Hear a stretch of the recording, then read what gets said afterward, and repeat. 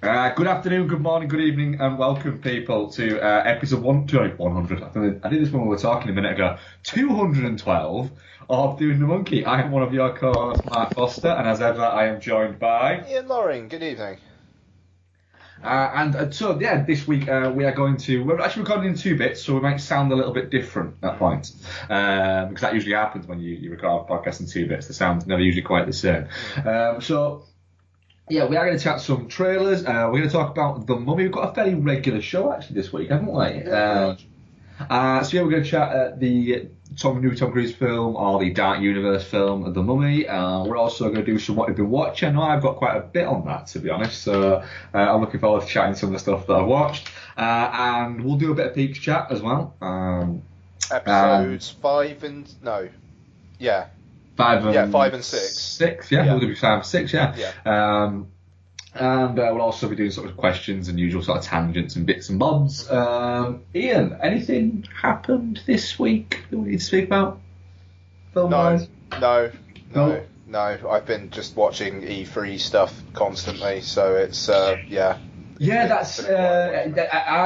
I've seen the bits you've been saying, and I've been following it kind of almost briefly, and it seems like Microsoft have launched, and gone, everyone's going to fuck off. 450 quid. That's the new system then. So it's their... there's the PS4 Pro? Yes. So this is Xbox's version of that, except it's way more powerful. Right. But the thing is with Microsoft is that they don't really have the exclusive games to back it up.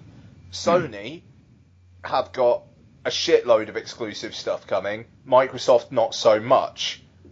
So with the multi-platform stuff, that's going to be on PlayStation as well. And if you've got a Pro, it's going to look pretty good. If you've got an Xbox One X, as it's weirdly called, it will look better, but you're not going to be able to play the stuff that only Sony have got. You won't get Uncharted, you won't get The Last of Us, you won't get Days Gone, which is this Sons of Anarchy meets zombies thing coming out later, I think later this year. You won't get the new Spider-Man game, you won't get the new God of War game. So Microsoft have got Halo and Gears of War and Forza, which is a very well-regarded racing game series. That's kind of about it. Now, I like Halo, I don't love Halo. I like Gears of War, I don't love Gears of War. I like Forza, I don't love Forza.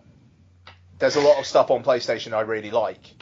Yeah, that's it. You've kind of, I think, to an extent, with gaming systems, you've got to a little bit look at it in a way of saying, right, but I'm playing it for the enjoyment of the games, and if I can't enjoy all the games that I want to play, then what's the point in having a better system? Yeah.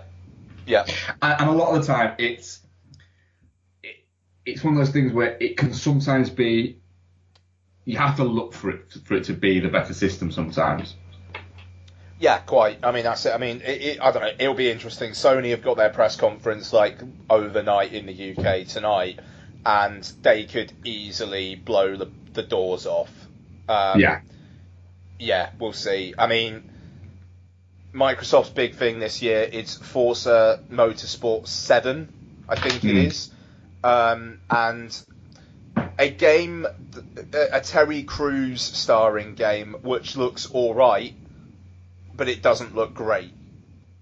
So, yeah, we'll see. Anyway, we're here for films. So. Yes. Might as well delve straight into. I don't think anything in the film world's kind of happened this week, really. I think everything, or if it has, it's kind of flown under the radar of a lot of other things going on.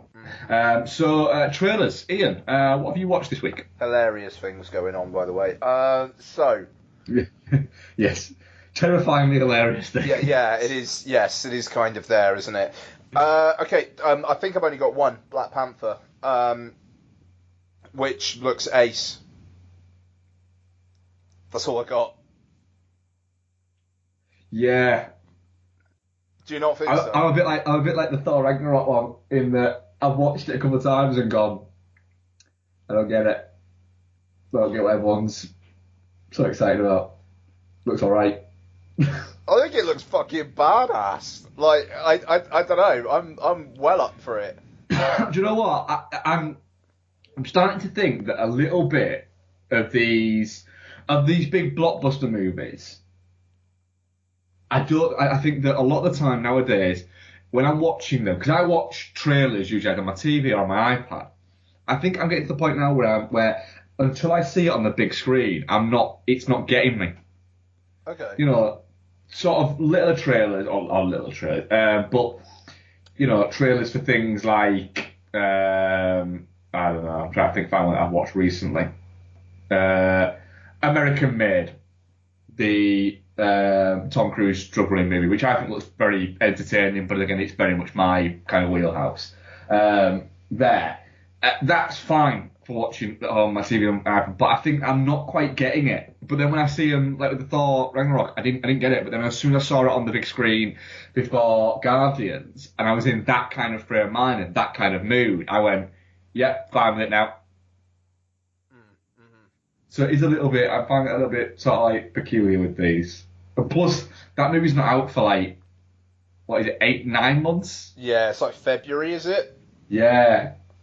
That's just seems really early for the first trailer. It seems like we might have like 15 trailers for that before it actually comes out. Yeah, I don't know. I mean, I really like, I thought that Run the Jewels song that was on it was...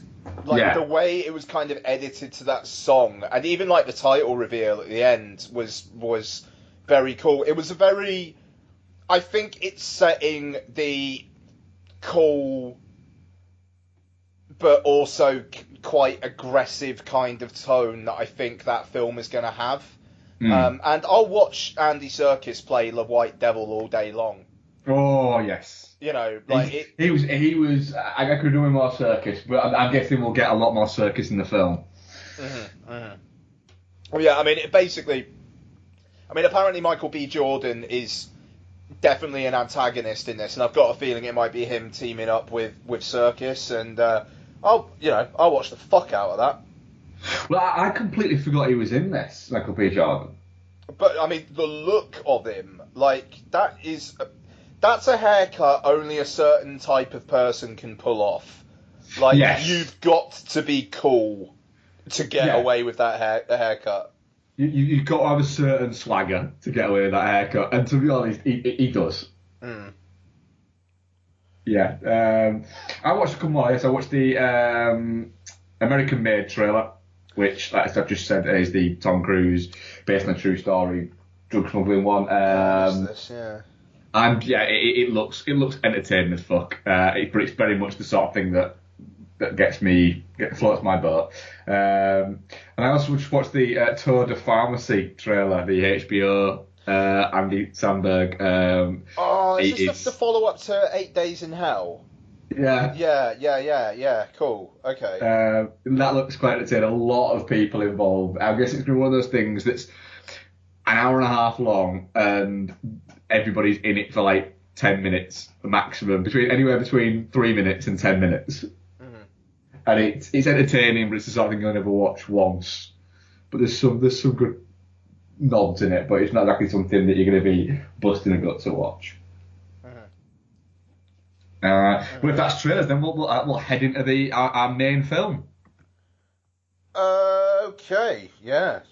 Fuck it, right. This is going to be a conversation. It will be, yeah. The Mummy, directed by Alex Kurtzman, written by David Koepp, Christopher McQuarrie, of course, 'cause it stars Tom Cruise, and he just takes him along everywhere with him, which isn't a problem because he's written and directed some good films with him. Stars Tom Cruise, Anna Willis, Sophia Boutella, Jake Johnson, Russell Crowe, and other people that you will recognise from things. It's not anything to do at all with the Brendan Fraser movies, is it? More's the shame. Yes, yeah. So Tom Cruise appears to play an active member of the American forces, and he is off with Jake Johnson, and they are antiquities hunting while they're supposed to be doing reconnaissance work. They accidentally, actually they kind of accidentally call an airstrike which unveils a tomb/prison thing for an ancient Egyptian goddess known as Amunet. And at the same time, you've got things going on with Russell Crowe. As remember, we're all spoilers all the time, people. His Dr. Jekyll has just got access to some Knights Templar burial tombs underneath London. Yeah. Yeah. Yeah. Pretty much exactly the same time. Yeah. Yeah. That kind of, yeah. So yes, so that happens. Ian, The Mummy. Yeah, I mean, it's, I enjoyed parts of it. Sometimes I think not for the right reasons, or not for the intended reasons. The first 45 minutes or so, I think, are not bad. I think that at points there's some interesting shit going on. I very much liked, there's one shot of Tom Cruise, like, punching a zombie, his arm going through its head, and then him just having its head on his arm and being like, what the fuck do I do now? And then bashing it off, which I quite enjoyed. But it feels, parts of it feel like chucking 100 monkeys in a room with typewriters, and then after 2 hours, just right, okay, we got that, that's fine then. I don't know. I mean, like I said on Facebook, it feels like it's directed by a different person every 10 minutes or so, and that different person has a favourite film that they want to homage, and then they just kind of stitched it all together. So you've got moments that feel like Indiana Jones, you've got moments that feel like Mission Impossible, you've got moments that feel like an American Werewolf in London, which, I mean, the Jake Johnson character, when he pops up through the film, I was half expecting him to basically tell Cruise to kill himself, to stop the curse or something, and then it was just going to be, yeah, fair enough. When it turns into Life Force in moments, that was something. It's mental. I wish that, it's weird. There are moments of it that have character, but the whole thing together feels like a really bland studio exercise, and it feels like the character is by accident. Also, the final 5 minutes are the most ridiculous pandering to Tom Cruise, make this all about me. I like Tom Cruise. The thing is, this is a film where he's ostensibly not the focus for the first time in a while, and he's making it all about him. And I find that I find that quite troubling. The end of the film is basically Tom Cruise face raping Sofia Boutella and then becoming a great romantic anti-hero. It's fucking mental. Sorry, go on, Mark. Yeah, I think that because what I'll say is, yeah, this film is a fucking mess of a film. You are absolutely spot on. It does feel like it was like literally that David Koepp wrote 10 pages, then Christopher McQuarrie wrote 10 pages, then Dylan Kussman wrote 10 pages, and it was literally like that. And occasionally Koepp will have read what Kussman wrote, and occasionally Chris McQuarrie will have just skimmed what Koepp wrote. And it feels a little bit like that. So you've got a Tom Cruise movie that doesn't feel like a Tom Cruise movie, but that's written often like a Tom Cruise movie, that's also trying to be a genre movie, that's also trying to build a franchise, that's also trying to be entertaining while it's doing it, that's also trying to have a female antagonist, that's also trying to make that antagonist seem vaguely sympathetic, but whilst also keeping us creepy, whilst also having to introduce as well the future characters. So Tom Cruise, for a lot of it, his character is kind of going, what? Huh? And getting his ass kicked for a lot of it. And then you've got the ending. And I read a thing with Tom Cruise about it, that he was talking about it a while ago, and was saying that he liked the idea that he was actually a bit of a crap action hero in this. And that's what kind of drew it to him, that he was dealing with forces that were completely beyond what he was capable of. Yeah. And he said, so it's quite nice that I'm going to be getting my ass kicked a lot. And you kind of feel a little bit like that with it, that it is happening quite a lot. His meeting with Mr. Hyde it is quite entertaining. But it's like you say, that there's little flashes of entertaining, and then there's moments where it drags on so much. And for once, this isn't a tentpole blockbuster that's pushing 2 and a bit hours. It's well under 2 hours.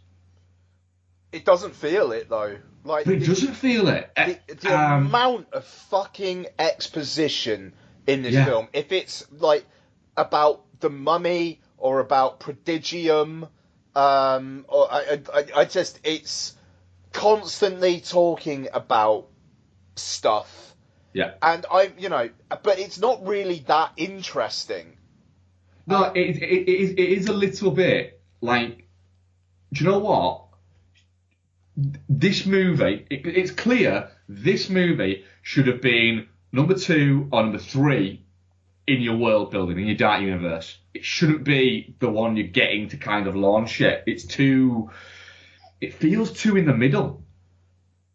Yeah, I mean, it's like with Batman versus Superman, where they just basically try and kickstart a whole universe with one film, instead of doing the Marvel way of, having the little nods and, having Nick Fury in the post-credits, but just seeing how it goes.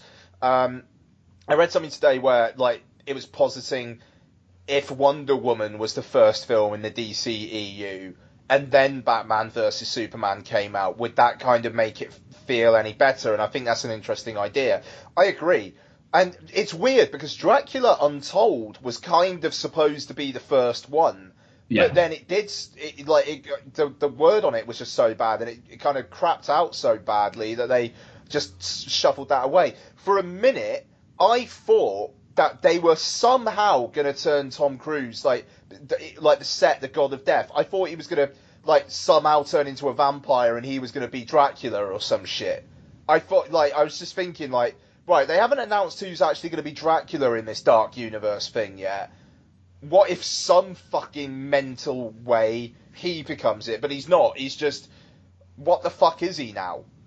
Well, that's it. And the other bit there is, are these all going to collide together? Because we've got the Bride of Frankenstein's the next one, isn't it? Yes, the Bride of Frankenstein's the next one, which the word is it's going to be Angelina Jolie. You got who's fucking Javier Bardem playing? Is he playing Frankenstein? Or Frankenstein's monster? I think he's playing the monster, isn't he? Yeah. Right, okay. And then you got Johnny Depp as the Invisible Man. That's it, yeah. Have they announced any others? I don't think they've announced anybody else, no. So they're going to have, potentially, Tom Cruise, Russell Crowe, Johnny Depp, Javier Bardem, and Angelina Jolie. Yeah, it literally is like if you could pick a dream cast from 2005. Yeah. In an extended Monsters universe, some sort of team-up film. I mean, the thing is, and I'm the same. I'm actually quite a big Tom Cruise fan, to be honest. I think he makes incredibly entertaining movies, and I think he gets an awful lot of shit that other people wouldn't get because his religious / political view, not even political views, his religious views are controversial. Yeah. We'll say they're fucking idiotic, but yes, yeah. Huh? They're idiotic, but yeah. They're idiotic, but there's a lot of, he's not the only person in that. There's a Scientologist. There are a lot of them, and a lot of them don't tend to get as much shit. Beck, no one ever gives Beck that much shit. Right, we've talked about Giovanni Ribisi on here, and none of us give him shit about it. Tom Cruise is a nice guy. He's obviously a nice guy. Yeah. And well, actually, I got on very good authority from somebody who worked with him, filming some kind of featurette thing with him, and said he is a ridiculously nice guy and also a little bit mad. Yeah, sure. But I enjoy it, and I was really looking forward to this. And I actually, because I was originally going with Bex, but then we couldn't work out time, so I went to see it earlier today, and then we were possibly going to see it later on in the week again. I said, to be honest, I have a feeling I'll enjoy this more sat at home watching it than I did in the cinema watching it. It didn't feel. It felt a little bit like I was expecting too much of it, and I wasn't going to take it in, and I had to, because I was just paying attention to that, and I do at home as well. But I think on a second viewing, I might forget the fact that it drags a lot, and I might get swept up a little bit more in it. Yeah, I don't think I would. I mean, I don't know. It's just it does got its moments. It does has fucking hell. What's wrong with my mouth? It does have its moments. I mean, and there is some genuinely funny stuff. Like when he's about to be sacrificed, then she walks in, and he's just like, "Insert name of woman because I've forgotten it. Run!" You know, like that's that. I thought that was actually quite funny. Yeah. And Jake Johnson, just having him around is interesting. Yeah, he's an interesting actor, I think, to be honest, Jake Johnson. Yeah, because I mean, like he does stuff like this, and then he does Win It All, and then he's like he's a regular character on New Girl, and And the thing is, he's a little bit. He's a little bit like a slightly more.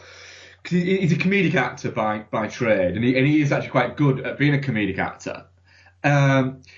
He seems to be a little bit like one of those, like James Badge Dale, that if he wanted to, you get the feeling that all it'd take is one movie and he could be a proper fucking movie star. Oh, he could do a Chris Pratt, no problem. If he bulked himself up a little bit and was like a lead in a mid-level budget. Yeah, exactly. If he did an Ant-Man, that would work well for him. Yeah, it seems like that. And I was looking at him and thinking, when they were doing the opening sort of scene bits, and he's running around with Tom Cruise, and you look at him thinking, do you know what? You could pull off like action war thriller. Yeah. Quite easy. You don't look out of place, but then you also don't look out of place in Jurassic World. But then you don't look out of place in Let's Be Cops. Yeah, I like Let's Be Cops. I like Let's Be Cops. And there's a lot of things where you're going, he's one of that little wave of character actors that just goes around and sort of does his bit, where he's not, his character isn't part of doing a voice or changing his look or anything like that. He's just, he just crops up in all these things and seems to be just making a good kind of go of it. Yeah, absolutely, I agree. And I don't know, I mean, the women characters in it, I mean, Sofia Boutella, I think they cast her for her physicality and her sexuality, frankly. And yes, and I must admit, I was looking at her going, that shadow that's constantly between her legs does make it look like she's naked, and isn't shaved. Yeah, no, for sure. And that wasn't just one or two times. It was a little bit like I was going, should I be looking or should I not be looking? I'm a little bit weirded out by this. No, I know what you mean. Is she naked? Yeah, no, I know what you mean. It's, I mean, yeah, because she's got all those, like, kind of like the markings on her and whatnot. And it's like, is that just on her naked body or does she have something? Yeah, I know, I agree. But, I mean, like, she works, you know. I don't think she's going to come out of this unscathed. She will be fine. Oh, yeah. You know, I think everybody will come out of this unscathed. Apart, I think Tom Cruise is maybe a little bit damaged by it, but then he just had his best international box office opening weekend of his career. So, exactly. I don't think he is damaged by it. The thing is, it's this movie, it's not going to make $1 billion. It's not going to make 800 million. It's not going to make 600 million. But it'll probably comfortably tick along to 350, 400 million. Like, the word is the actual budget on this was close to 300 million, though, because the sheer development costs in getting it together. But a lot of that, you could imagine they'll go, right, because the current budget being put out there is about 125 million, isn't it? Yeah, but it's... But you could see them then going, right, with this, we put out this is 250 million, or whatever, or anywhere over 200 million to 300 million. Then we know it's got to make 600 million before it's counted as a flop, and it's not going to make that, because it's just not landed right. It hasn't landed right. So they've clearly taken it out of that, and they'll throw some of the development costs at one of the other movies. Simple as that. Yeah, no, that's true. It's that's what they'll do. They could throw 25 million at Bride of Frankenstein, 25 million at Van Helsing, 25 million at Dracula, and 25 million at Invisible Man. There you go. No, They've spread out 100 million across another, what is it? And this movie, it's only got like another 80 million to actually be counted as breaking even. Yeah, no, it's it just feels like a waste of time. It does feel a little bit like a missed opportunity, to be honest. I mean the Russell Crowe thing. They announced that way too quickly. Yeah, they really did. They should have kept that quiet. They should have kept it quiet. The whole scene, the first scene when he meets Tom Cruise and he's injecting himself in the hand, that thing. Do you know what? That'd have been better if that bit is just talking to him. Yeah. And he says, "I'm a doctor," not "I'm Dr. Hyde." Just "I'm a doctor" and everything like this, and then goes through all the bits that he is. So people who know and are really invested in these kind of things go, "Wait a minute, is he Dr. Hyde?" Because he goes, "I'm blah blah blah," yeah. Right? And then later on, when he actually starts to turn into Dr. Jekyll, when he turns it at Mr. Hyde, when he actually does that, then that should have been your reveal. Because all you're doing now is, from when he says that, is you're going, right, so every scene he's in, I'm supposed to be going, is this the scene he turns? Yeah. And I mean, when he did turn, it just kind of felt like a weird caricature of someone... East London. Yeah, like someone who's just watched a couple of episodes of EastEnders and then has applied a bit of Phil Mitchell physicality to everything. It's But that's it is a little bit like that, and in the sense of, again, I quite like Russell Crowe as a person. He's up and down film wise for me, but it does seem a little bit like he's done that, and Kurtzman hasn't had the balls to go, could you not do that voice, do a different voice? Yeah, no, for sure. I mean, it's I think it's wise that it doesn't appear that there's going to be a standalone film with him. No, he's going to be the Nick Fury of the whole thing, isn't he? Yeah. And then what is it going to be? He gets them all together, and then are they going to, like, maybe take him on or something? Is he going to team up with a bad version of Tom Cruise? Or is it going to be that all these monsters coming together and some of them are good and some of them are bad and we get a little monsters war? But also... Or they're all bad and they just don't like each other. That'd be fine. But I mean, also, who cares? Like, there's... What investment in this series do you get after this first film? What are you chomping at the bit to see? Nothing. See, the thing is, I'm not chomping at the bit to see a David Koepp written, Bill Condon directed Bride of Frankenstein starring Angelina Jolie. You see, after Beauty and the Beast, I'm very intrigued to see what he could do with that, because it feels Bill Condon is a guy. I mean, Christ, didn't he direct Gods and Monsters? So he did. And wasn't that about James Whale? Yes. Yeah, so, he's obviously got an affinity with that material. He's got a great respect for cinematic tradition. Alex Gods and Kurtz. Monsters is actually a really good film, by the way. Yeah, So. I've never seen it, but I'd like to see it. I'd give it a go. Weird enough, stars Brendan Fraser. Yeah, no, it does, doesn't it? That's right. Isn't he a gardener or something? Yeah, it's certainly worth your time.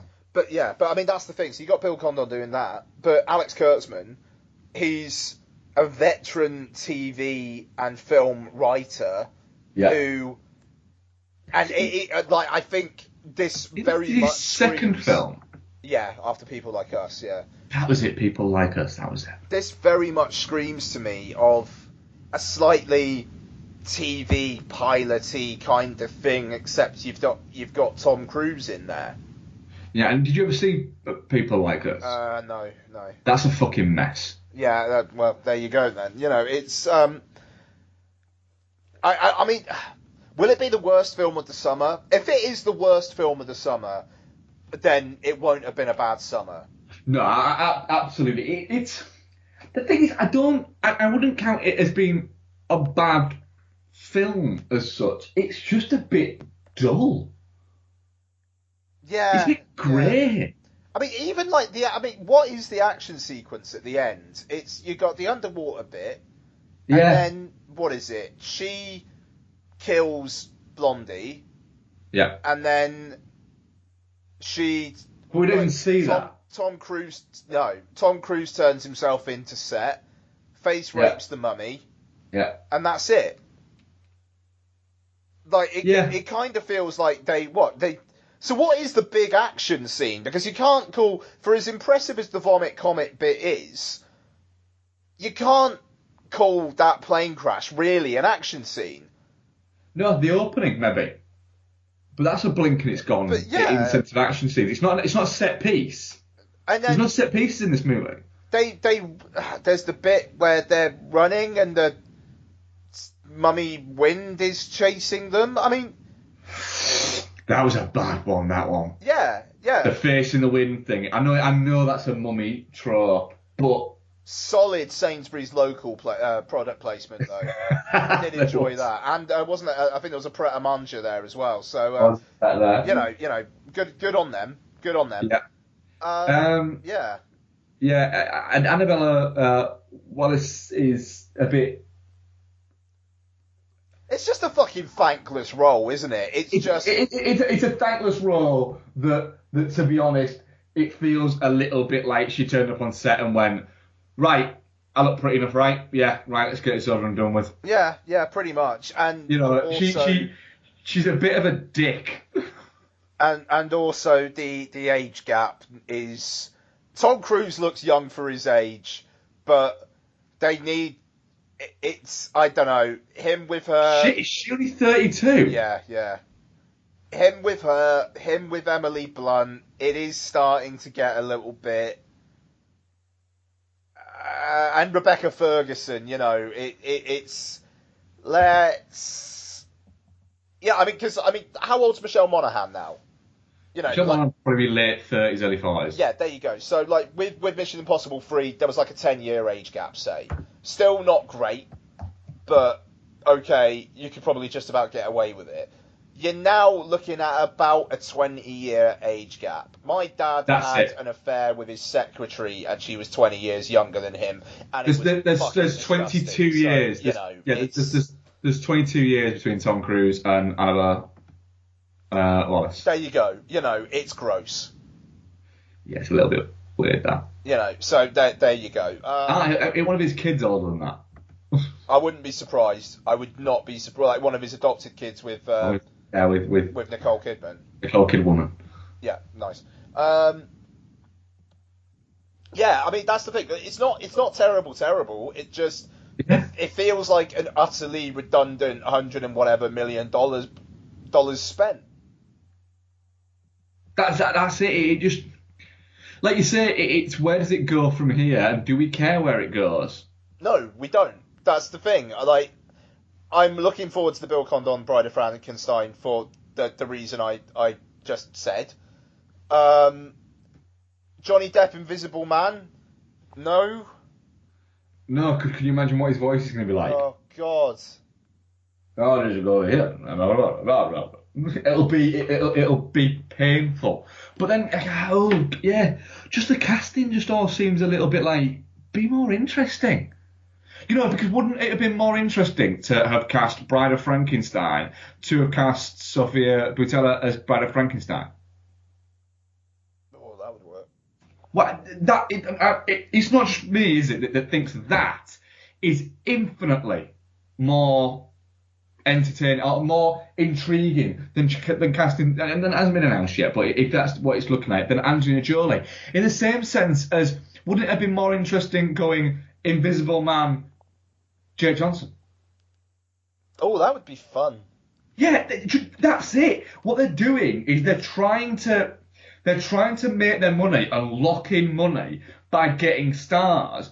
But the problem is they're getting stars that don't make money off their stardom anymore. Cruise does still, again, but he's still that fine balance with Cruise again now. It's still got to land.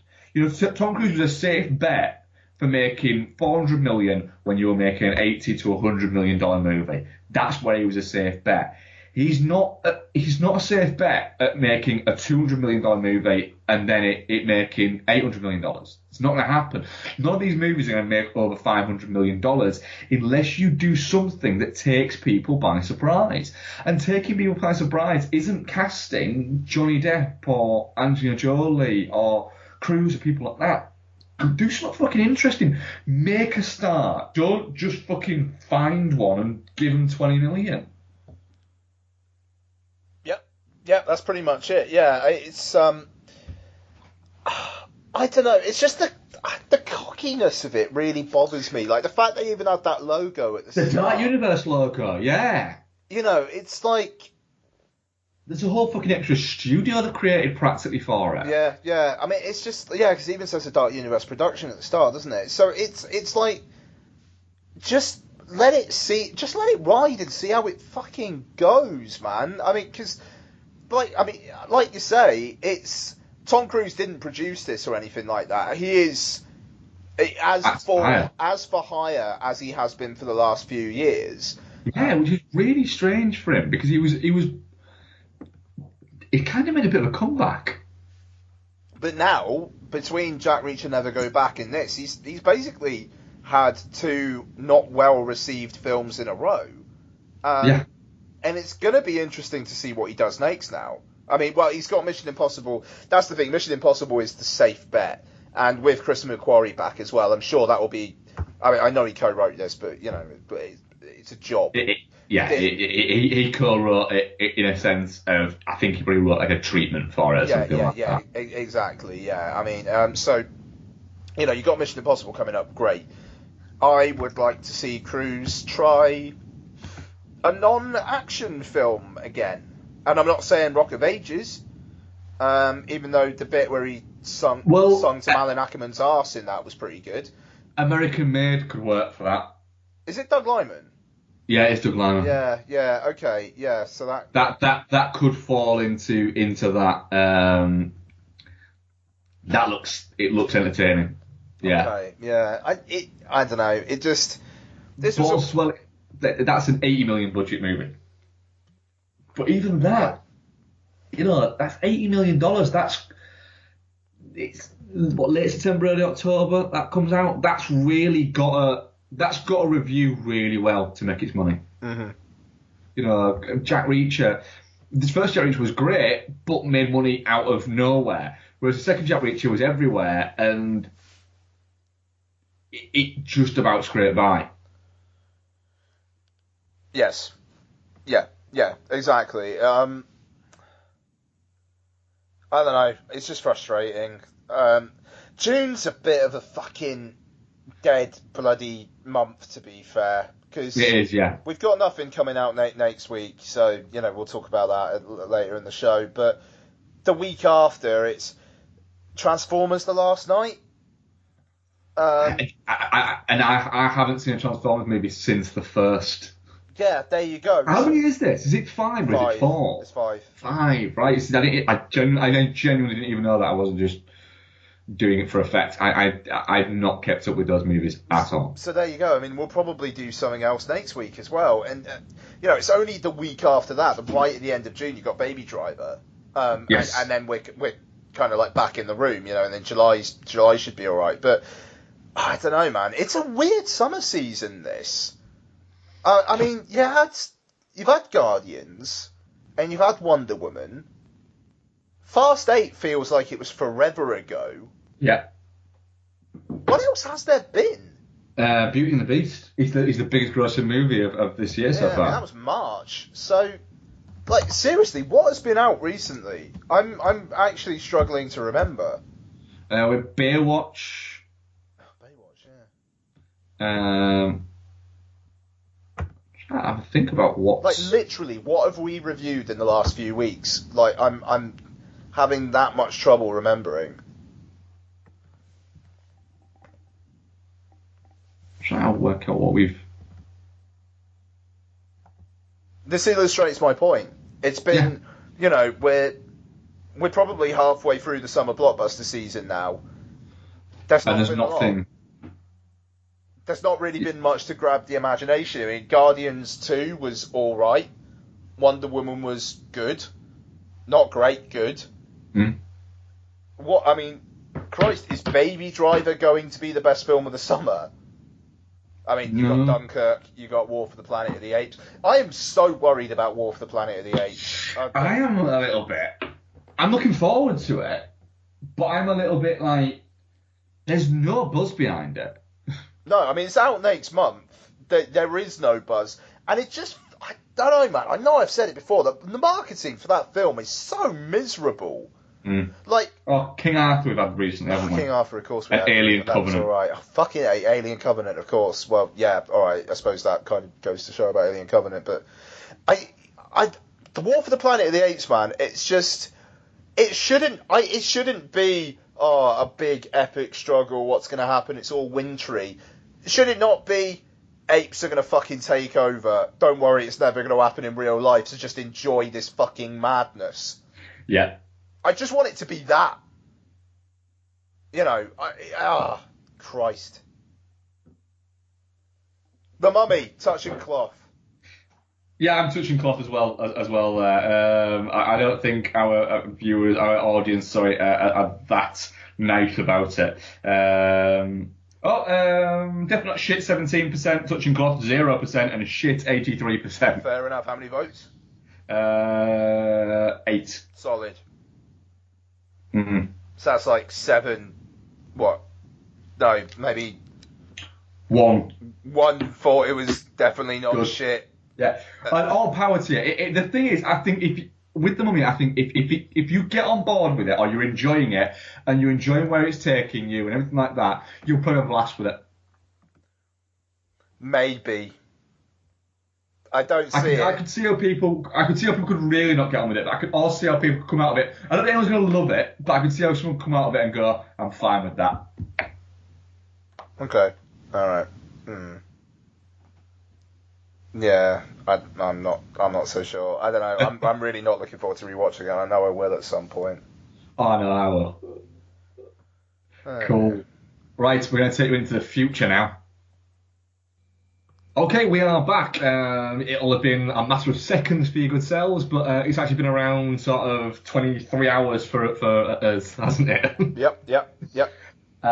So before we get into what we were watching, we're going to catch up on our Peaks chat. So we've got, what it gave us the chance to do with having that day in between is we've actually got 2 episodes to chat rather than just the one. So we've got episodes 5 and 6. I noticed that the Twin Peaks episodes of this series are literally just called The Return and then whatever part it is. Mm-hmm. Yes. Which is, I didn't notice that until today when I was just looking up the episode titles to see what they were, and then noticed that that's what they were called. So, Ian, what have you been thinking about where the season's going at the moment? Not the season, because I suppose what we need to look at is it's not the season, is it? This is it. These 18 episodes. Well, these are the conclusion. This is the conclusion of Twin Peaks, isn't it? Yeah.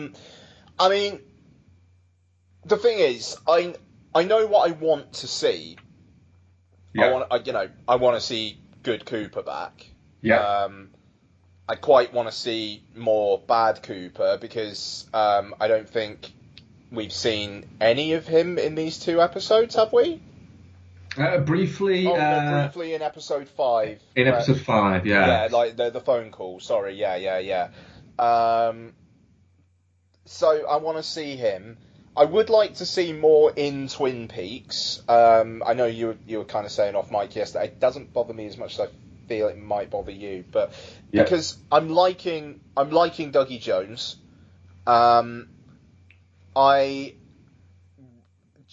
Naomi Watts, her character is getting. I thought she was just a rather two-dimensional kind of like moaning wife at first, but Yeah. I like how kind of moral she is, juxtaposed against how immoral it seemed like Dougie Jones was. The her chewing out the 2 goons about about how much money they are was fantastic. Yeah, no, exactly. I mean that kind of like, you know, we are the 99%. Like how do you like? How could he can't afford 20 grand? How is he going to afford 52 grand? Like, it makes no sense. And like, brilliant. It was a spectacular. It was Lynch saying something without actually really sort of saying it in a way. And it's often Lynch doesn't often get drawn into politics because I don't think it ever enters his sphere of consciousness, to be honest. Yeah, sure. But that felt like some sort of dig at something. Yeah. Oh, yes. Yeah. Absolutely. Which might have been more Frost than Lynch. Yeah. True. Yeah. I mean, it's. Yeah, it feels like a kind of just almost a one-off scene that Frost just managed to stick in there or something. Yeah, I know years ago I did. I mean, this was an interview about. Oh God, I think it was about 1986. So talking like 30 years ago. I remember seeing it with David Lynch when they said to him, you know, how is your art moving on now that you have more money to do your art? And his response was, I've always kind of spent what's in my pocket, if that makes sense. Which kind of it's Lynch will always, you know, if Lynch has got 100 grand to spend on a house, he'll spend £100,000 on a house. If he's got 10 million to spend on a house, he'll spend 10 million on a house. Yeah. And either one, he'll still get what he wants for that. I mean, but that makes sense. He does seem to fit to budget. Yeah. So the thing is, it almost feels like they are starting to take the piss out of people a little bit, though. Diane, like, literally, that scene has nothing to do with the rest of the episode. No, it's. I mean, this could be. It could all be part of the fact is that, in all honesty, the vast majority of people watching Peaks now, be it new followers or older followers, they're more used to watching it in binge watching circumstances. So watching 4 or 5 episodes or 3 episodes or double episodes or whatever, which it has become the norm for how TV is kind of consumed nowadays, with Netflix dropping things all at once. Even I think the new Riviera Sky Atlantic season, they're dropping all of that at once. Oh, are they really? Oh, that's interesting. Yeah, they're dropping all of that at once. It's going to be on episodically. So, you know, episode 1 Friday, episode 1 the next Friday, things like that. But if you want, you can just watch it all. Right. Which is an interesting kind of idea. I think that what they're doing is that they're kind of experimenting with that to see how that works. Because watching it on Sky On Demand, they can still throw adverts in there. So what's it matter to them? So I think that there is that coming into play. And the fact is that I know that when they wrote this block of Twin Peaks, they didn't write it as 18 episodes. They wrote it as one big long movie, and then have then looked at it and gone, right, we can chop it into 12. No, wait a minute, it might be 15. Actually, we might just hold back and not commit to how many episodes it's going to be, and it might be, there's a possibility. There was once it was mooted that the episodes could be anything from 40 minutes to an hour and 20 minutes long. And then eventually they went, no, it's going to be 18 episodes, roughly, 40 odd minutes an episode. So that kind of idea of watching it week by week, Diane might be in the entire next episode. 30% of the next episode might be Diane. And there might have been an idea that scene will have happened, and then there'll have been another scene, and then we'll have got Diana in episode 7, or what is it? But then in the editing, it's felt right to move it to there and to move that to there, which could just be me being an apologist. It could be him going, right, we've got to have a nod wink moment in every single fucking episode. 6 already had one. It had the traffic light, which was a fantastic kind of nod back to the original Twin Peaks. But I do get what you're saying. There does seem to be a little bit, it's teasing too much. And the thing is, we're a third into it now. You need to fucking stop teasing. Yeah, it's just the fact that he seems very, very enamoured with Dougie Jones. Which is starting to grate on me, to be honest. Yeah, I mean, I've got to say, I mean, the conclusion of that scene where he's in the office and then the boss is looking through all of it. I knew it was just going to be like the boss has interpreted some of the random squiggles that he's drawn as like the information that he needs or something. It's being there. It is being there, and it still weirds me out that no one is talking about that. He is Chauncey Gardner or whatever his fucking Peter Sellers' name is in that film. Yeah. And it's, it is coming. I think it is coming to a head now because Dougie Jones has been in 4 episodes now. Yeah, and my worry is part of the whole. Part of the wonder of Twin Peaks was Agent Cooper. I think you said after watching, the whole of the whole shebang beforehand was, you were saying, he is the best character, the best ever, film or anything. Character ever. Yes. And I would absolutely agree with that. And my worry now is we're 30% of the way through, or 33% of the way through the final conclusion of Twin Peaks story and effectively of Agent Cooper's story, Dale Cooper's story, and we've actually spent no time with Agent Dale Cooper. We've spent time with, the Dougie Jones Cooper and Evil Cooper. It's kind of like, do you know what? I'm getting worried because if we get to episode 15 and we still haven't had Dale Cooper, I'll be like, fuck this. Yeah. And that's what's starting to worry me. There's other. I mean, we also. What I will say is in part 6, we had the best scene in the whole thing so far that made me go, all right, yeah, I'm actually. You've pulled me quite far back into it, and as I was drifting, kind of going, I'm enjoying it. And that's what I said to you off mic yesterday. I'm enjoying it.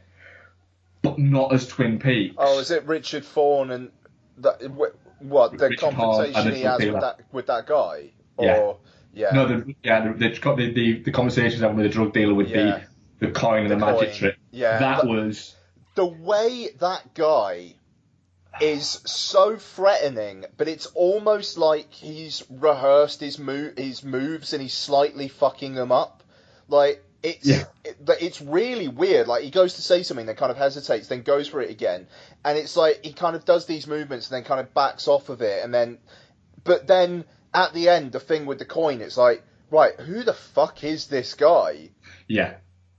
It was for me, that was kind of up there in the echelons of moments when you go back and you watch Twin Peaks again. There's moments where you're going in your head, right, I'm enjoying, okay, yeah, this is this bit, and you get yourself ready. You look forward to those bits. Now that'll be one of those bits that I'll go, during part 4, like it's only 2 episodes, so I get to that fucking bit again, because it was I thought that was fantastic. I thought that felt peaks. And I mean, in part 5, I like how the Jacoby with the shovels early on. Yeah. It almost kind of feels like that's probably the end of that bit now. Yes, that was just a dumb idea that Lynch had. yeah, and I mean, like, I wouldn't be surprised if that's the only time we see Nadine. Even though Ed's supposed to be in it though, isn't he? Yes, he is in it. Yeah, okay, so maybe not then, but like I don't know, that just feels like such a perfect ending for Dr. Jacoby. Just he is literally selling shit shovels. Yeah.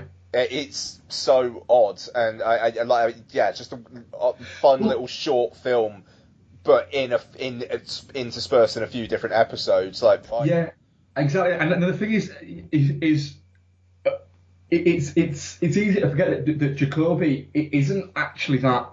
He's almost a bit of a MacGuffin in the whole fucking thing. Yeah, sure. Because he has actually very little importance, and he's a dick in the original, in the first 2 series. You know, he refuses to share information with the police that could help them.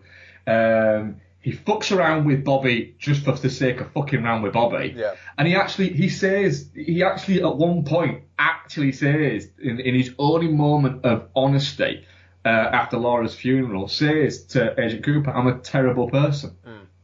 And that's almost like his little moment of, that's the only moment where he's being himself and he's admitting, "I'm a terrible person. I don't care about these people." And it's like he's just drifted back into being a terrible person. There's every possibility that he lost his license for doing something completely fucking immoral that he wasn't supposed to do, and his wife, he ended up. It's probable that he probably slept with a client or something like that.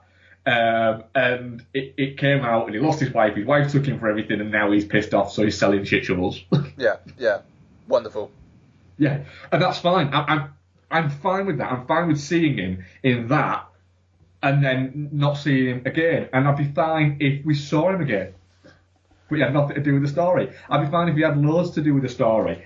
I'd like to see a few more people, like the fact that we spent as much time in episode 6 with Heidi, the German waitress, as we did with Shelley. That's true. She almost kind of made more of an impression, in fairness. Yeah. With that fucking laugh. That laugh is fantastic. Yeah. So yeah, there's little bits like that, and people have been introduced so quickly, and then go away for 2 episodes, or you don't see them for the rest of that episode. That it's hard to form relationships with them like you did with people in the earlier seasons. So, for instance, you had Shelley's daughter, Becky, has been in it, Amanda Seyfried. She's been in it for, literally half a scene? Yeah. Oh, yeah, no, she comes into the restaurant and she gets into the car with Caleb Landry Jones. Yeah. Yeah. Does a bit of coke and then has a close one of hers. Yeah. Which is a nice shot. It does feel sprawling. I mean, just, the first episode, the guy looking at the box and that girl, and it's like it kind of feels like they were going to be in it a bit more. Yeah, because she was billed as like one of the main, like the main female character. I remember Mike saying on WhatsApp, wasn't it? It was like, he was saying she's the lead, like one female. Of the lead characters of Peaks, and it's like she was in it for like maybe 3 scenes and she was killed.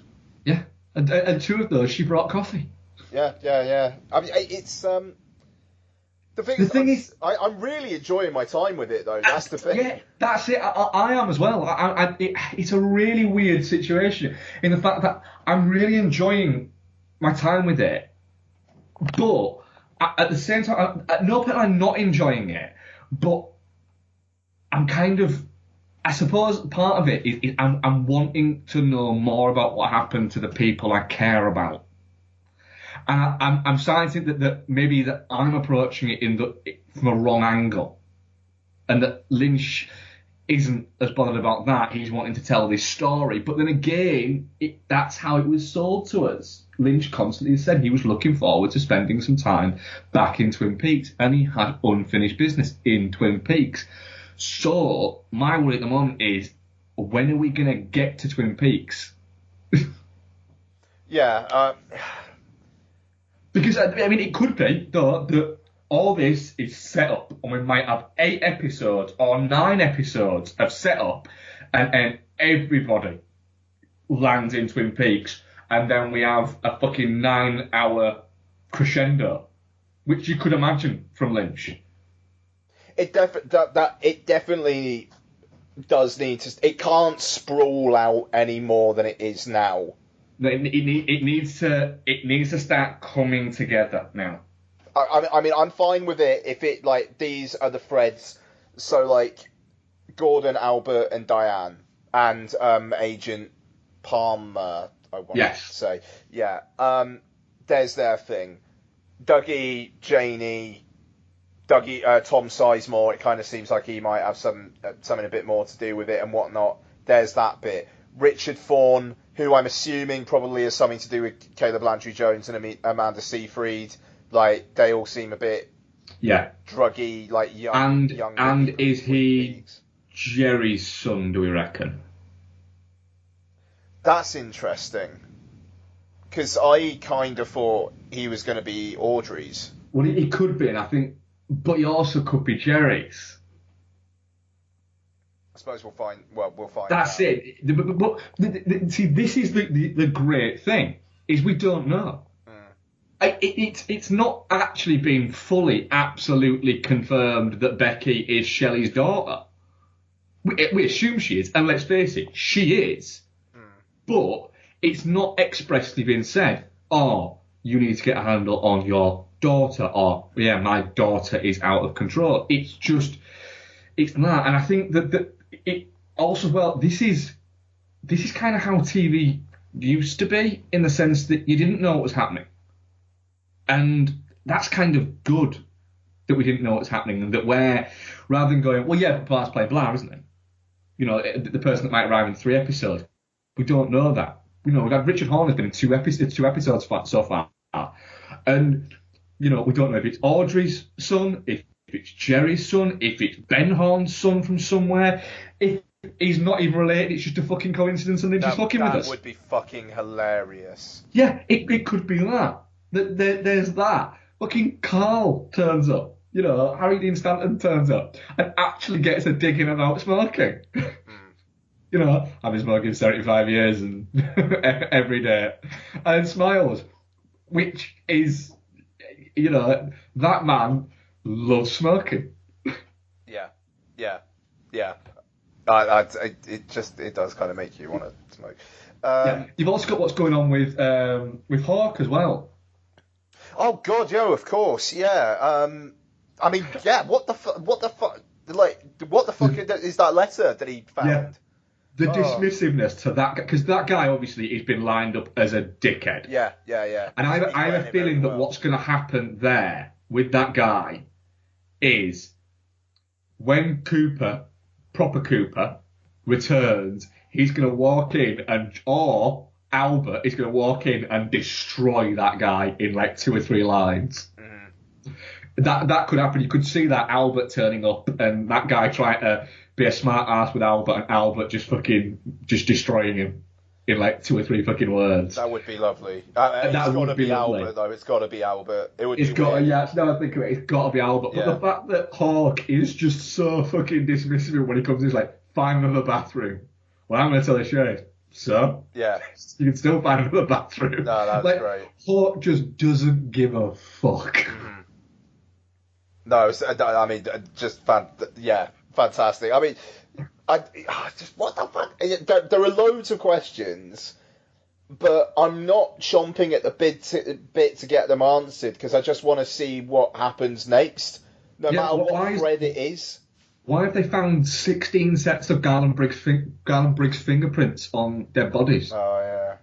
Over the past, since Cooper went missing, what's going on there? There's all these things. The thing is, you know that not all of them are going to get answered. Yeah, you would think so, wouldn't you? Who was the fucking insane midget with an ice pick? Now that was fucking brilliant. What, what is that? Yeah. And he's going after Dougie next. So, so what's going to happen then? Is it just going to be Dougie being Dougie and he somehow kind of like flukes his way out of it or something? Don't know. There's going to be. He's got to snap out of it at some point. I do like the way the fact that nobody has realised that he's not Dougie. They're just kind of treating it like he's just a little bit odd at the moment. Like the fact that he's seemingly lost like 5 or 6 stone over a weekend, sorry, and he's acting really fucking bizarre. Yeah, well, I mean, I don't know. I mean, like Janie, I think would have been more worried if it wasn't for the fact that they got the money he had the money to kind of ease their whatever the troubles they had. So she's exactly, yeah, and now. That reminds you that you're not in the real world. You're in a Lynch world. Yeah, for sure. I forgot what I was going to say. I gotta say, one thing that fucking annoyed me, but it's just in an OCD way, the fact that episode 5 didn't end. Have a music number. I thought this was going to annoy you at the end. But then episode 6 did. Yeah. I just what? If every single other episode has a musical piece at the end, with the exception of the last episode, I think you can get away with. But if every single other one has a musical episode at the end, people will be debating why episode 5 didn't for years. Yeah, straight up. And he'll do it as well, because he's fucking Lynch. Yeah, he is. And there will be no reason. It'll just be something as simple as they only filmed 17 or 16. Yeah. It'll be something as simple as that. I don't know. I mean, it's also... I mean, it's like... James. Was that one bit with James the only bit we're going to get? And it was just like... Can't be. Shelley... Because it would be kind of lovely, though, if the one bit was James still around and Shelley saying James was always cool. Like, Lynch is like, yeah, fuck you to the detractors, and then he's out. But why throw in he hasn't been the same since his accident? Why throw that in? Ah, shit, you're right.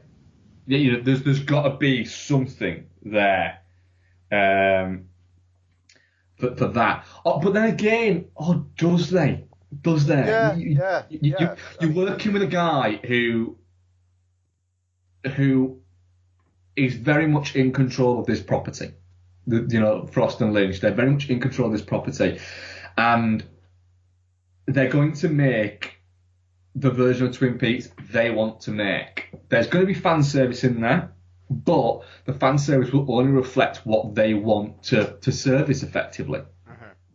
And that's kind of the beautiful notion of this, that we're getting a very pure form of TV, in the sense that they're not chasing a second series. They're not chasing to appeal to everybody.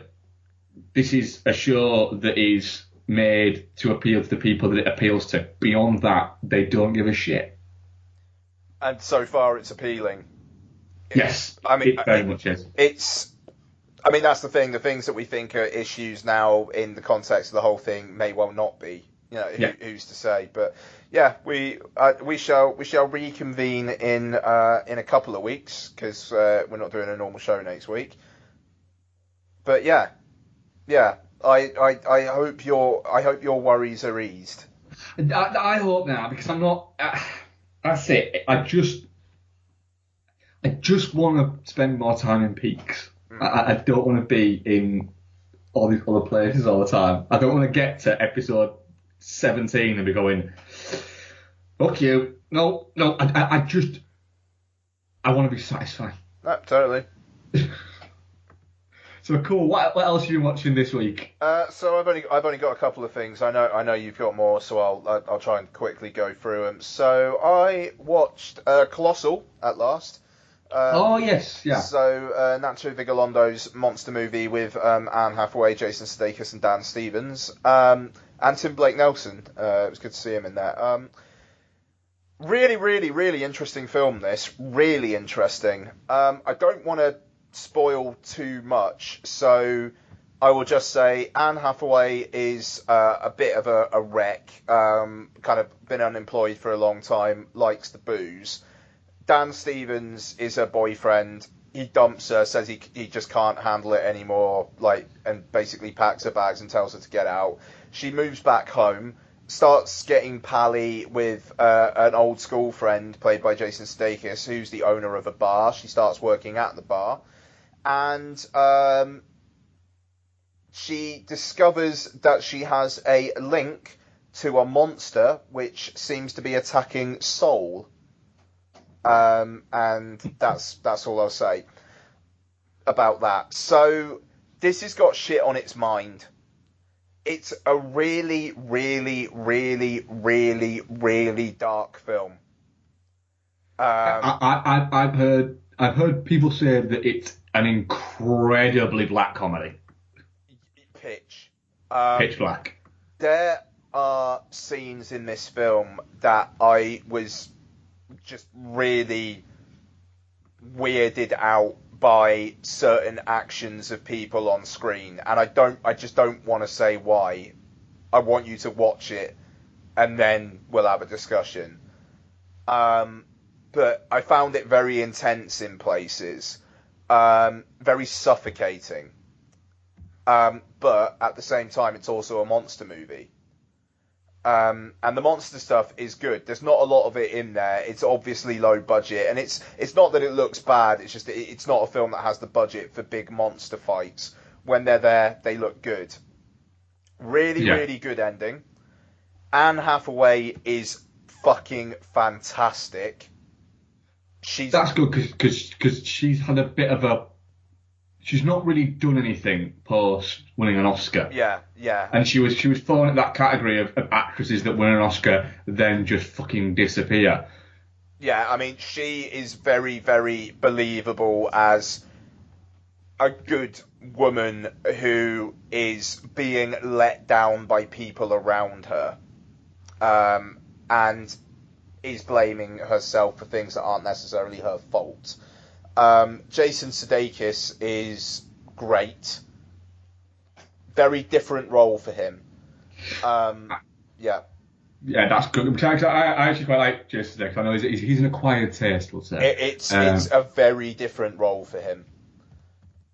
Yeah, and Dan Stevens not in it an awful lot, but the whole kind of bravado, male bravado, but little boy inside is a theme of this film.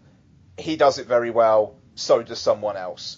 So yeah, Nacho Vigalondo, I've not been as high on as other people seem to be. I thought Time Crimes was alright. Extraterrestrial was really interesting. Open Windows was kinda garbage. So yeah, it was. Yeah, I'm very, very hot and cold on him.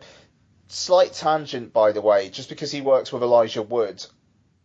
A VR game was announced at the Sony press conference last night, where Elijah Wood is producing it, and it stars him and Macon Blair.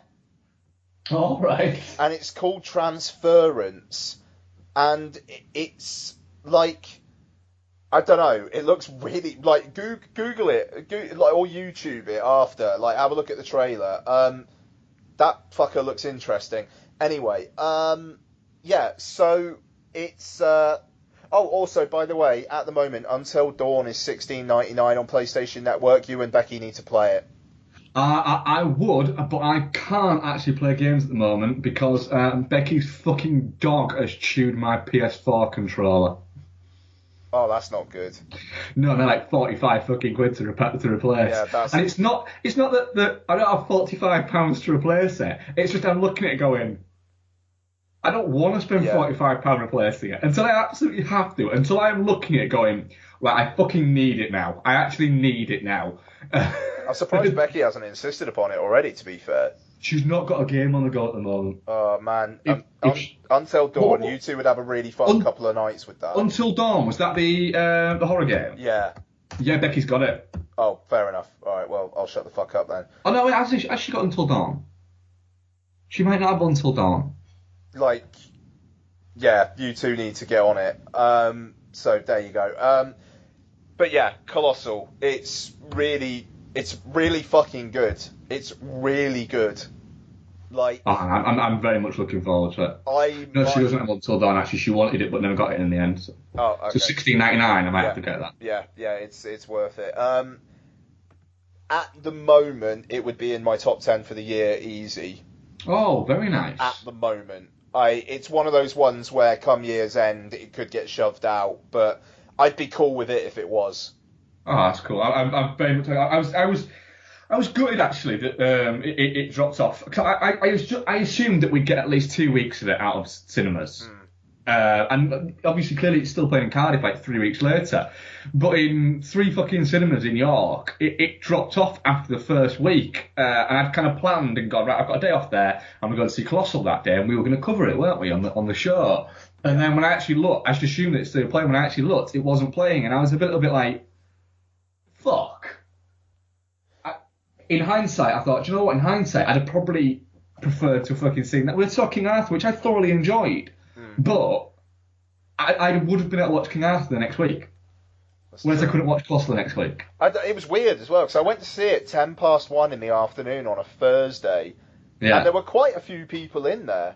And I have a feeling that film is going to be one of those where the minute it lands on Netflix, which it will do by fucking the end of the year, possibly February next year, that fucker will be on Netflix. And I think that's where it'll start to find its place. Because I've heard nothing but good things about it. Yeah, to be fair, it was also the last day it was actually playing, so that maybe it was just people like wanting to catch it before. But like literally, the credits rolled, and there was a woman behind me who said, "I have never seen anything like that in my life," and like it was just like, yeah, I watch a lot of films. I'm kind of there with her. Oh, very nice. It's an odd mashup, but it fucking works. So yeah, Colossal, really recommended. Also recommended Jawbone, which is that the Brit boxing one. Yeah, I actually read your review on. Wasn't it Godzilla? It was Godzilla, wasn't it? Yeah. Yep, indeed. So yeah, I have a review up of it. And yeah, this is really good. Written by and starring Johnny Harris, who is a bit of a hey that guy. And directed by, I think his name's Thomas Napper, who's been a second unit director on a lot of Joe Wright's stuff, I believe. Yeah. So yeah, feature directorial debut from him, and Ray Winstone, Ian McShane, and Michael Smiley are also in this.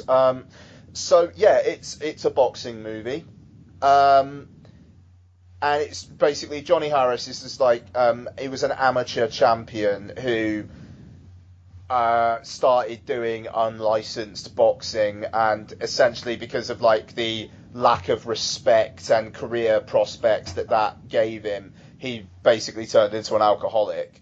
But he wants the film kicks off with him being evicted from what was his childhood home because like the block of flats are being demolished, and then he it's a bit of a wake-up call in his life, and he kind of wants to get back boxing again.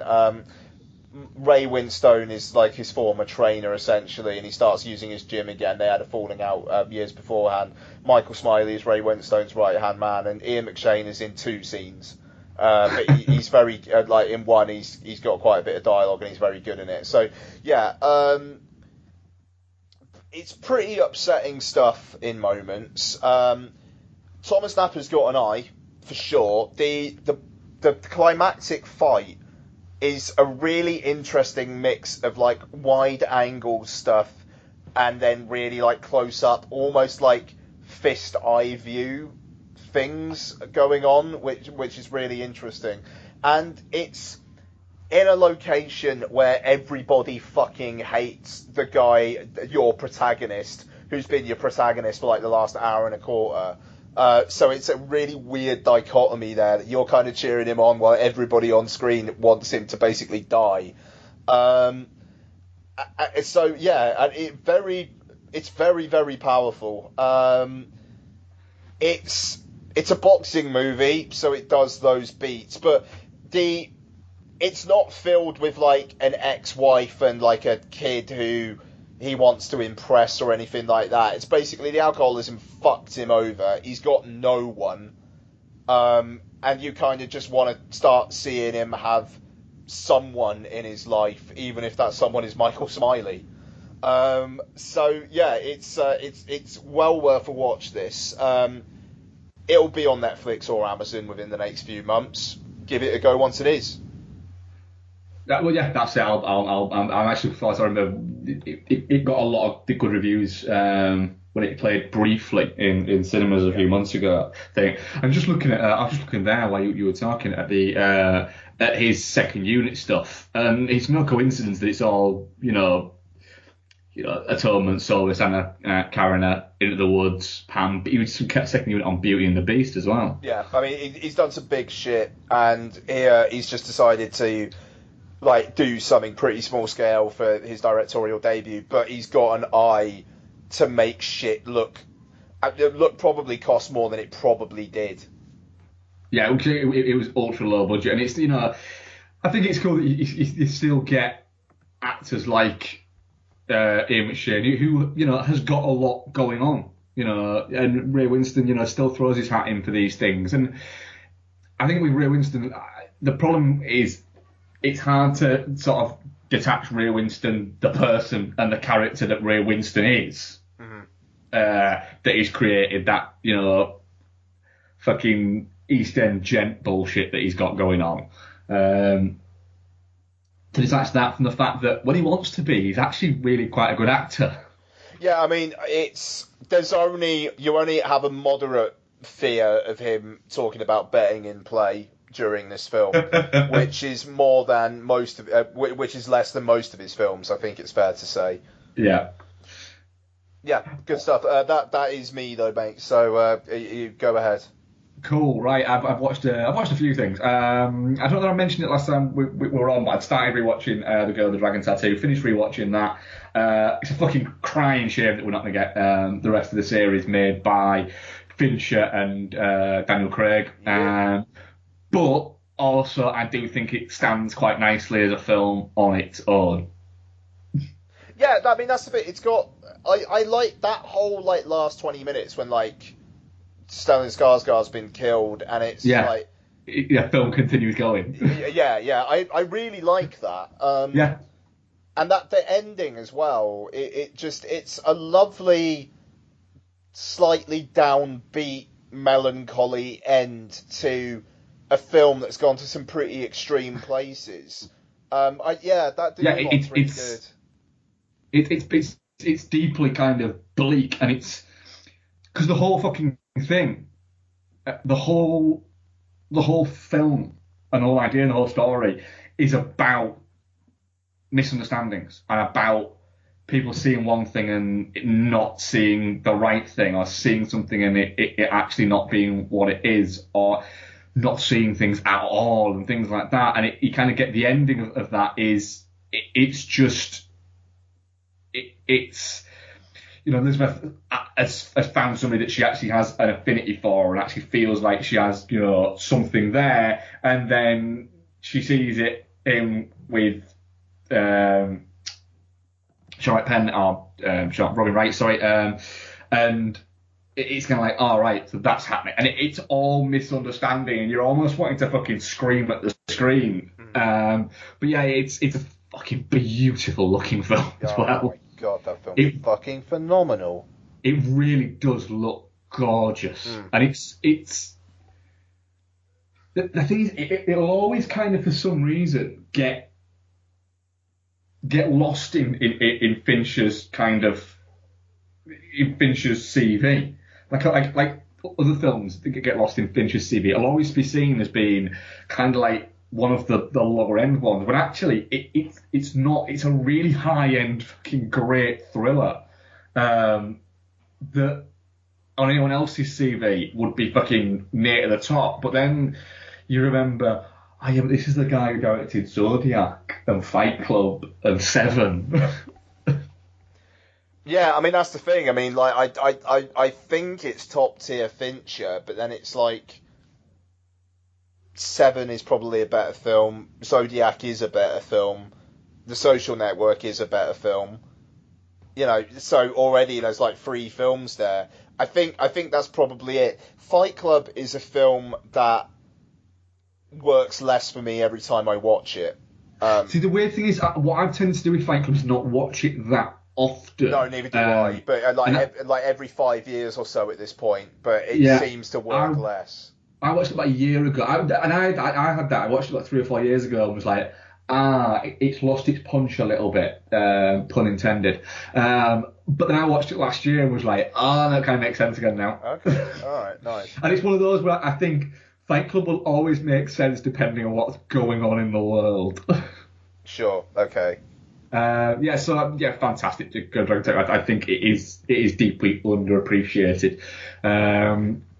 A film that's not deeply underappreciated, and that I am now going to state that I think I might be the only person on earth that's watched this film twice. Oh God, what are you going to do? It's Horrible Bosses 2. What, you've watched that twice? Yes. It's better than the first one, but still, what? Well, the thing is, I got to work really fucking early the other day because Bex needed the car. Bex needed to be at work, and I got to work like a good hour and a half before I was due to kind of even bother start doing any fucking work, and like 2.5 hours before I even opened. So I had like 2.5 hours effectively before I had anybody else in, and I thought, I'm not going to start fucking work. Because I was there from when I got there at like 7:30 till 8 o'clock that night. So I thought, I'm going to have breakfast, sit down and watch a film on my iPad. And then I literally thought, right, if I can't spend ages choosing anything. So the first thing I see when I go, hey, I could watch that, I'll watch. And it was Horrible Bosses 2, and I thought, fucking I could watch that. It's entertaining enough for just Chris Pine. And the thing is, Chris Pine is great in that movie. He's fantastic in that movie. Yes, he is. But that's it. That is the only thing that is great in that movie is Chris Pine. And he's not in it a lot. When he is in it, it's great. When he's not, it's fucking terrible. And he's in it for maybe, I would say, in the hour and 40 odd minutes that it is, I would say he's maybe in it for, if I say 20 minutes, I think I'd be pushing it. Sure. Yeah, so, Horrible Bosses 2, just don't bother. Well, don't bother unless you really, really like Chris Pine. Then you can give it a go. Right, fair enough, bud. Good for you. I watched John Q. The Denzel. Yes. Yeah, okay. Mainly because Noel put a thing on our WhatsApp group saying John Q's best mate is essentially me in like 20 years' time when I put a little bit of weight on. And I looked at it and thought, I'm happy with that look. And then I thought, I've not seen John Q. Watched the trailer and went, yeah, I'm alright with that. It's got Robert Duvall in it. It's got Anne Hesh in it. It's got Denzel Washington. Yes, unfortunately, it's got fucking James Woods, and I'm kind of trying to not watch anything with James Woods in it because it reminds me how terrible a human he is. I know you're supposed to, separate the art from the person, but just it's difficult with that cunt at the moment. John Q is it's actually, funny enough, it's actually fucking strangely prescient at the moment, despite the fact that it's 15 years old.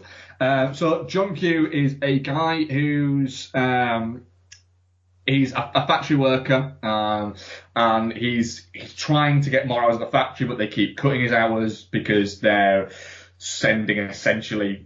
He works in the steelworks, and they're shipping the steelworks down to Mexico where they can get it done for cheaper.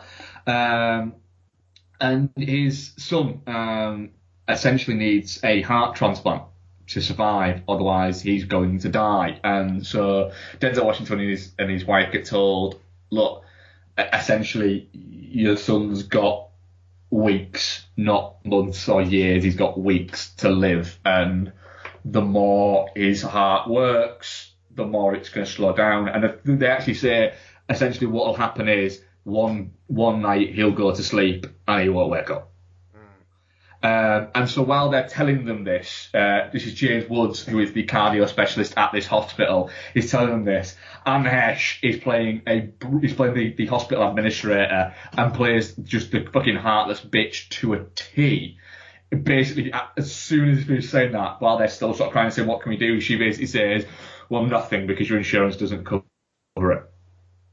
Yeah. And they say, well, no, I've got full health insurance. And they say, yeah, not to cover this. They actually changed your health insurance quite recently and it doesn't cover this. Yeah, right, yeah. And so he has to kind of battle through to try and work out this and to try and get some funding or anything like that. And every time they get close, he's like, right, I've got the deposit for it to give to Anne Hesh, and she basically goes, that's great, that, and yeah, it would be essentially a down payment on, the heart transplant that's going to cost $250,000. However, you actually already owe us $30,000 for the treatment that we've given him so far, so we'll take that and we're going to release him tomorrow. So John Q then decides to take matters into his own hands and essentially takes over the emergency ward of the hospital, by essentially chaining all the doors shut, and then starts issuing demands, and it goes from there. It's actually directed by Nick Cassavetes. That's right. Yeah. It's a little bit too long, if I'm honest. It takes too long to get to that point where he's in the hospital. There's a little bit too much time, montages of them trying to get money, and it's a little bit like, we get it, you're trying to raise money. Also, as well, Kimberly Elise, who plays his wife in it, is probably the weakest link. But then you've got some sort of, really good kind of support performances. Duval and Ray Liotta as the Duval essentially plays the lieutenant who's called Lieutenant Frank Grimes, which made me laugh because it's Frank Grimy Grimes. Yeah. So yeah, and this was only a couple of years removed from Frank Grimy Grimes in The Simpsons. That's weird. Yeah, so they really should have fucking changed that name. Unless it is a nod. And then Ray Liotta's playing his the chief of police, and that they have a nice little back and forth there. So that's quite good. It's worth watching. It's on Netflix. It's worth giving a go. It'll be a good treadmill or train to work film. Okay, yeah, I believe that. Is what I'd say for that. So yeah, I'm glad I watched it. But it's not one I think I'm going to watch again in a couple of years' time. I've watched it, enjoyed it, can't see myself watching it again. Okay, fair enough. What else have I watched? Rewatched Cruel Intentions for no fucking reason. Wow. No reason. Yeah, just rewatched it. Yeah, you sure you didn't want to jack it to some Sarah Michelle Gellar? Oh no. The one thing I will say is, right, that film is a perfect fucking dichotomy of 1999. It opens with a Placebo song for a start off. Nice. The soundtrack is just so 1999. It's ridiculous. And it's Sarah Michelle Gellar, Ryan Philippe, and Reese Witherspoon just trying to be really fucking sexy. And at the time, you probably thought, God, this film was. I saw cinema at the cinema at the time. This was mine and Becky's second date movie. Oh yeah. Yeah, this was our second date. Our first date movie was. I can't remember what we were going to see, but it was something incredibly pretentious that I picked. And in the end, that was sold out, so we saw She's All That instead. Nice. And then the following week, we saw Cruel Intentions. And then the week after that, we saw The Matrix. Solid 3 weeks. Solid 3 weeks, yeah. Cruel Intentions is actually still quite entertaining, I must say. It doesn't hold up. it's a different type of entertaining. It's silly entertaining now, in that you're looking at it going, this literally would just this now. If they made this now, it would be a 12-episode Netflix series that kids would fucking love, but we would watch and go, this is bollocks. Well, they did a pilot for a TV series this year, I think, wasn't it? And it didn't get picked up.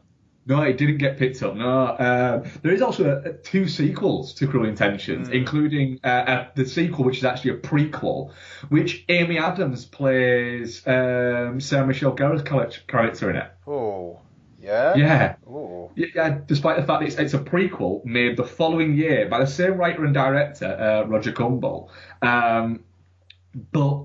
Yeah, it stars Amy Adams, who is a few years older than Sarah Michelle Gellar, playing a younger version of her. I could be into that. Do you know what? I'm actually going to watch it probably over the next week at some point. I watched the trailer for it after I watched Cruel Intentions and was like, that looks shit. I'm watching it. Nice. But yeah, it's fun, it's stupid, it's throwaway. I can see why it was a hit at the time. It's a kind of sad lament that these type of movies don't kind of exist anymore. That film pitched for, 15 to 18-year-olds. Because the idea now is the 15 certificate has kind of been absorbed by the 18 certificate in a little bit of a way. Sure. So now this movie would be toned down ever so slightly to get a 12A certificate. And the 15 that they were going to make, the mid-budget 15 movie, is now something like Bad Neighbours 2 or 21 Jump Street.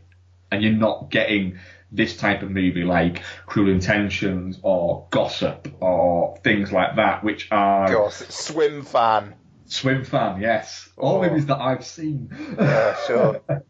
All movies that I have owned on DVD. Yeah, so you're not getting those kind of aimed at teens, those teen movies that aren't just sex comedies. You're not getting those anymore. It's a strange thing. They're now TV series like Pretty Little Liars and things like that, or 13 Reasons Why, I assume. And it's kind of like quite strange. I remember quite enjoying those at the time, and then going back, I still occasionally go back and watch Gossip, despite the fact that it's not a good film, but it's a fun film to watch. Like I say, I do own Gossip on DVD. Actually, correction, I actually own Gossip on DVD twice. What? At the same time? I own it on DVD. Pardon? At the same time? Yeah, but at the same time, yeah. I own it on DVD, and it is in my DVD collection, which is sadly in boxes in my loft at the moment. But when we went to the cabin recently, a few times back, I went to the cabin, we decided to take a few DVDs to watch with us because they have a DVD player there. And so we went to CEX and bought a load of just crappy movies to swing on during the day. And one of them was Gossip, which we bought for 50p. Sweet. Yes. So Cruel Intentions, that is again on Netflix. And do you know what? Again, it's an entertaining enough rewatch for pure nostalgia. If you've never seen it before, don't. But if you kind of have a recollection of it, it makes sense in a completely different way to what it did 18 years ago. Okay, that sounds cryptic. Yes. What else have I watched? I'll start to fire through them a little bit quicker because I'm aware of time. Have you watched The Joneses? Oh, the fucking the David Duchovny? Yeah, have you ever seen this? Yeah, man, I test screened a print of this back in the day. Oh, did you? Yeah. Yeah, that's a fun flick. Yeah, that's not. Yeah, I remember it not being bad. Yeah, it's biting and it's got a lot going on, and it's Who's certainly. Is David Duchovny in it? Who? Demi Moore. Sorry. Demi Moore. Demi Moore. Right. Demi Yeah. Moore. Okay. Yeah. Okay. And Amber Heard plays the fake daughter. Nice. Okay. Yeah. Also as well had Glenn Headley in it, who sadly died this week. Oh, yes, indeed. Yeah. Yeah, but yeah, the Joneses. I won't cover that too much. I guess spoke about on the podcast before. But yeah, it's a fun flick. Mhm. It's satire done as it should be done.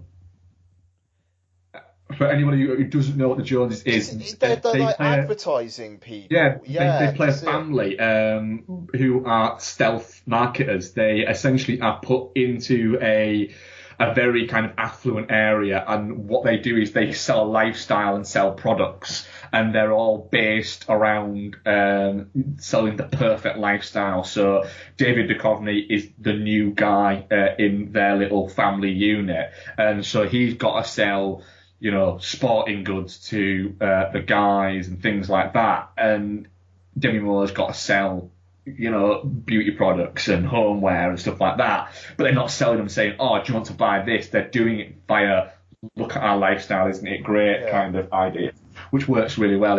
But then obviously they have the genuine things that disrupt a family around them as well. Also, rewatched John Wick 2. Sweet. Bought that $9.99 on iTunes. There's a lot of fucking features on there. Yep. That film, have you rewatched it yet? No, going to. Looking forward to it. That holds up. Really, really holds up. It's cool as fuck, that movie. And I still maintain the only shitty part of it and the only misstep that the makers had was Ruby Rose. Yeah. But it does seem a little bit like about halfway through it they went, and it might not be her fault. It might be that they've had an idea for that character and it just hasn't worked. It hasn't landed, and then they've gone, right, fuck it, let's just get rid of her really quickly, because it does seem like there's going to be a big square off between John Wick and her, and then he dispatches of her with just fucking ease. Yeah. Because all she does is kind of not scream because she's deaf, but just do that and start running and just jabbing forward with her arm to stab. And it's a bit like, ooh, you're crap at this. all the bearded guys with the machine guns who got dispatched pretty quickly as well, that all look like the same person. They were better at it than you, and they were crap. Or is it that just John Wick is just really fucking good?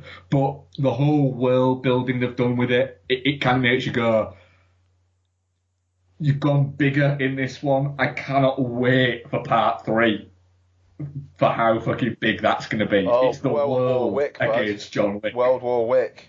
Yeah. Oh, that's brilliant, that. I like that. Oh. Yeah. It's a fucking cracking movie, that. Yeah. And my final 2, rewatched Blur. Oh, sweet. Yeah, just based because I watched that American Made trailer and made me go, I can't remember. It's Blur now. So yeah, rewatched Blur. It's a freaking great movie. I know we covered it out when we did our Double Demi film. Yeah, absolutely. Oh, that's a while back now. Yeah, our fucking fantastic titles we had for that movie when we tried to come up with them. Our word shit-faced in London or Manchester, I can't remember. Yeah, rings a bell, that, yeah. Yeah, I think we were chuckling. That literally came about just from a pun, didn't it? We got confused about which Demi directed which film. And then we're just going, double Demi? Double indemnity. Double indemnity. Oh, fucking hell. Yeah, that was a drunken conversation, wasn't it? Yeah. Yeah. Neatly timed. We laughed a lot at that. Yeah. So yeah, and the final one, rewatched Vanilla Sky. I tried rewatching that a few years back, and I got 15 minutes in. Go further. Oh, yeah, really? Yeah, go further, because I was like that. About half an hour into it, I was going, oh, this is a little bit like a Tom Cruise wankfest. When you consider when it was made and everything, it does feel a little bit like that. But as it goes more and more in, it starts to unravel more and more and more. And then when you get to the end of it, it's I can see why people hold this movie. I don't hold it in as high regard as some. I think it's a solid 7.5, 8 out of 10 movie that's got some really interesting shit going on.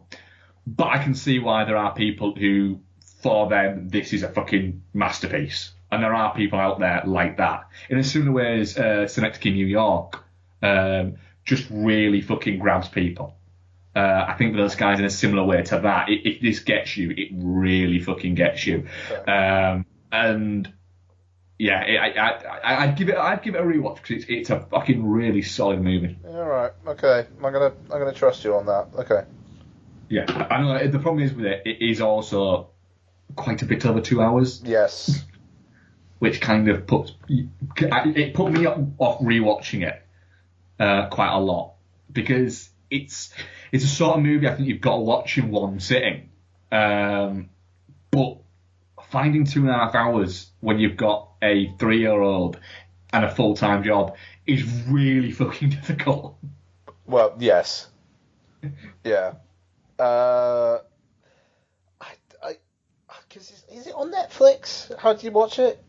I can't remember if I watched it on Netflix or Sky. I might watch it on Sky On Demand. Okay, fair enough. Yeah, yeah, anything over about an hour 40 in a row is pretty much not going to happen.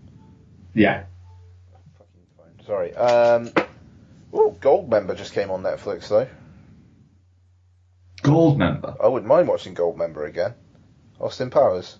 The Austin Powers movie, right? Yeah, I wouldn't mind watching that again, to be fair. I never got behind the Austin Powers thing. Fair enough. Never got me for some reason. I don't know why. Oh. Right, that's it for my bumper. What I've been watching. Good shit. We have one question. Okay. From Rick Kidd at Rick J.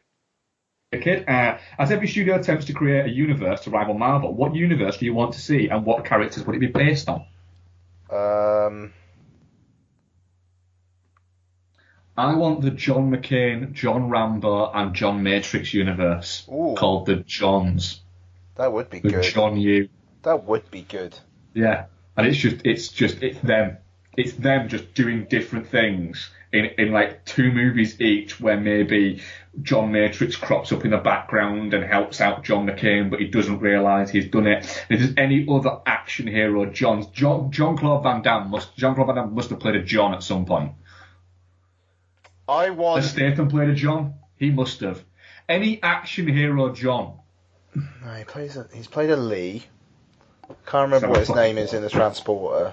You do Jason Statham, I'll do Jean-Claude Van Damme. John. Okay. Jean-Claude Van Damme. Let's have a look at their. What is it? Because that's what I want. I want to see the Johns. Just have that, and then eventually they all get together and have a big John off. To take down something. Let's say Trump. Let's say they take down Trump. Okay, and if you haven't played a Jean-Claude Van Damme, you don't get to come in. He hasn't played a John. Oh, he plays a Jonas in Meg, that shark film that's coming out. Joey? No, don't count. No, Jasper. So he can't be in it. Jean-Claude Van Damme can't be in it. Jasper, Jensen, Jake. The amount of names that he's been called, starting with Jericho, no John. No John. Bloody hell. John Wick could be there. Oh yeah, John Wick could totally be there. Oh, this shit writes itself. For fuck's sake, man. How has he not played a John? He's played an Arthur, for fuck's sake.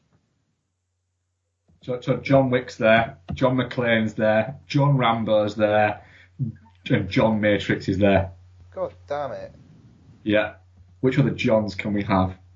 I'm just going through relative action heroes now and seeing how many have played a John. I'll just say that my one would be the Russell Crowe universe, where the Russell Crowe characters from The Mummy, A Good Year, Gladiator, and Robin Hood all come together to defeat the Russell Crowe character from War Machine. I really hope that they're all together in like some kind of waiting room waiting for a job interview or something. That would be great. waiting for a job interview for like chief communications officer or something with the War Machine Russell Crowe. I'd watch that. Netflix, make it happen. That was our only question. Yeah, Ian, what are we covering next week? So next week, because there's fuck all out in the cinema, we are going to be playing it forward episode 3 at last. Yes, we are. So Noel forgot what he said he was going to give Mark. Did he forget, or did he not? Had he not decided at that point? All right, maybe it's that. I think that he might not have decided. Right, I take that back. Because I think he actually said in the last episode, I can't think of anything because Mark's really fucking hard to buy for. No, that's true. So, but it has been decided. So yes, I need to fire yours across. Actually, I'll do that in a minute. Nice one. So I got for Noel the Greasy Strangler, which I'm so fucking looking forward to seeing what you two think of that. That's going to be fascinating. Noel has bought Mark Black Caesar. Yeah. Which is $2.49 to rent on iTunes, so I've got that waiting for me. And Mark has got me Deep Cover, which I am pretty fucking pumped for. So it's going to be quite the mixed bag of a show, I feel. But it really is. Yeah. But it should be an awful lot of fun. Don't know what we're doing the week after that because it's Transformers week. But we'll see. That's it. We'll come up with something. Maybe we'll just do Transformers and hate ourselves. I don't know, but we'll see. Yeah, because it might be interesting to do Transformers, having seen none of the other ones by the first one, and I can't remember what happens in the first one, other than Megan Fox, for some reason, is working on a car at some point. Yeah. And am I right in thinking that Shia LaBeouf is wearing a Strokes t-shirt throughout it? Yeah, he is. He is, so I haven't just imagined that. No, he totally is. The bit where he kind of discovers Optimus Prime, he's totally got a Strokes t-shirt on. Yeah. So, yeah, cool. I just went to see Noel this week, and what I will say is Charlie is a fucking cool little dude. Yeah. I love that guy. Charlie's a boss, he is. Fair play. He is. Oh shit, yeah, you're hosting, sorry. I am, yes. So, that'll be it. So, no Duna Monkey, but obviously part of the Damn You will be there. Yep. So we'll be covering that. I'm looking forward to that. There's some good watches there, hopefully. Fuck yeah. I hope. Yeah, cool. So that was episode 212. Longer than a usual episode, with us recording it over 2 nights, which is pretty cool. But thank you very much for listening, guys. DudeTheMonkey.com, at DudeTheMonkey, at DudeFoz, at Ian Loring. Have I missed anything, Ian? I don't think so, bud. Nice one. Cool. Thank you very much for listening, guys. We'll speak to you next week. Bye.